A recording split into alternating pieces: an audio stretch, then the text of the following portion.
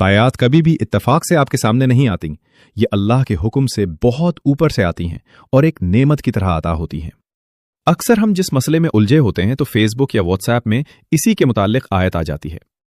اس وقت اس کو اپنے لیے ایک پرائیویٹ میسج سمجھا کریں اور کچھ دیر رک کر غور کیا کریں کہ مجھے اللہ تعالیٰ کیا کہنا چاہ رہا ہے، کیونکہ آیات کا وقت، مقام، دل کی کیفیت، آپ کے اس وقت کے حالات، سب کا فیصلہ آسمانوں پر کیا جا چکا ہوتا ہے، اور یہی قرآن کا معجزہ ہے۔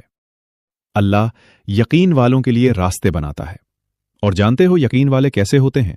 جب ان کی دعائیں بھی ان کے مخالف ہو جائیں، وہ تب بھی اللہ سے مانگنا نہیں چھوڑتے۔ ایسا یقین کہ جب ان کی ساری دنیا ان کی آنکھوں کے سامنے بکھرتی ہوئی دکھائی دے رہی ہوتی ہے اور وہ تب بھی آسمان کی جانب دیکھ کر کہتے ہیں، ہمیں پتا ہے تو ہمیں تھام لے گا۔ تو بتاؤ پھر، کیا تم اتنا یقین رکھتے ہو اس پر کہ اپنے منصوبوں کو اس کے منصوبوں کے لیے ترک کر دو؟ نہیں، تم تو فوراً ڈر جاتے ہو اور پھر زور زور سے کہنے لگتے ہو، اللہ نے میری دعائیں تو سنی نہیں، بھول گئے ہو۔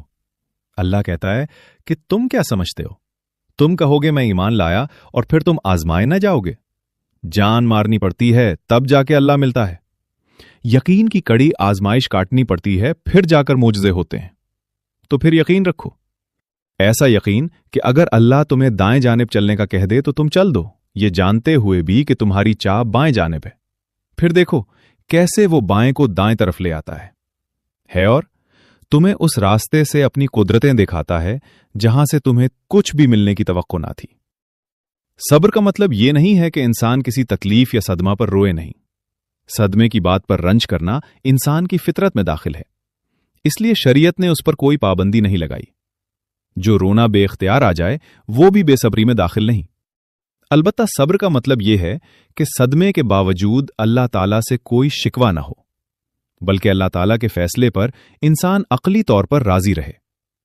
اس کی مثال ایسی ہے جیسے کوئی ڈاکٹر آپریشن کرے تو انسان کو تکلیف تو ہوتی ہے، اور بعض اوقات اس تکلیف کی وجہ سے انسان بے ساختہ چلا بھی اٹھتا ہے، لیکن اسے ڈاکٹر سے شکایت نہیں ہوتی، کیونکہ اسے یقین ہے کہ وہ جو کچھ کر رہا ہے اس کی ہمدردی میں اور اس کی مصلحت کی خاطر کر رہا ہے۔ تمہارے آنسو جو تمہاری روح میں اترتے ہیں پر کسی کو دکھائی نہیں دیتے، وہ اللہ پاک دیکھتا ہے۔ وہ تمہاری تکلیف سے بے خبر نہیں ہے، تم نہیں جانتے، لیکن وہ تمہاری حفاظت کرتا ہے۔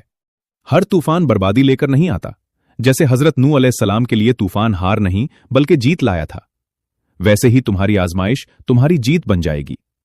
آغاز میں چوٹ ہے تو اختتام میں شفا بن جائے گی۔ وہ تمہیں ایسے نوازے گا کہ نمازوں میں تمہارے گرنے والے آنسو اللہ پاک جی کی رحمت پر حیران رہ جائیں گے۔ اگر اللہ آپ کو انتظار کروا رہا ہے تو اس کا یہ مطلب نہیں کہ وہ آپ کو سزا دے رہا ہے، بلکہ وہ آپ سے کچھ دیر تک رابطے میں رہنا چاہتا ہے۔ وہ چاہتا ہے کہ آپ مزید دعائیں کریں، وہ چاہتا ہے کہ آپ اس سے بات کریں، وہ آپ کی آواز بار بار سننا چاہتا ہے، اس لیے وہ آپ کو وہ چیز نہیں دے رہا ہے، اور اسی وجہ سے وہ اس چیز کا خیال آپ کے دل و دماغ سے نہیں نکال رہا ہے۔ تم خود اس کے اشارے کا انتظار کر رہے ہو، پھر جب وہ تمہیں واضح اشارہ دے رہا ہے تو تم اس کی بات کیوں نہیں سنتے؟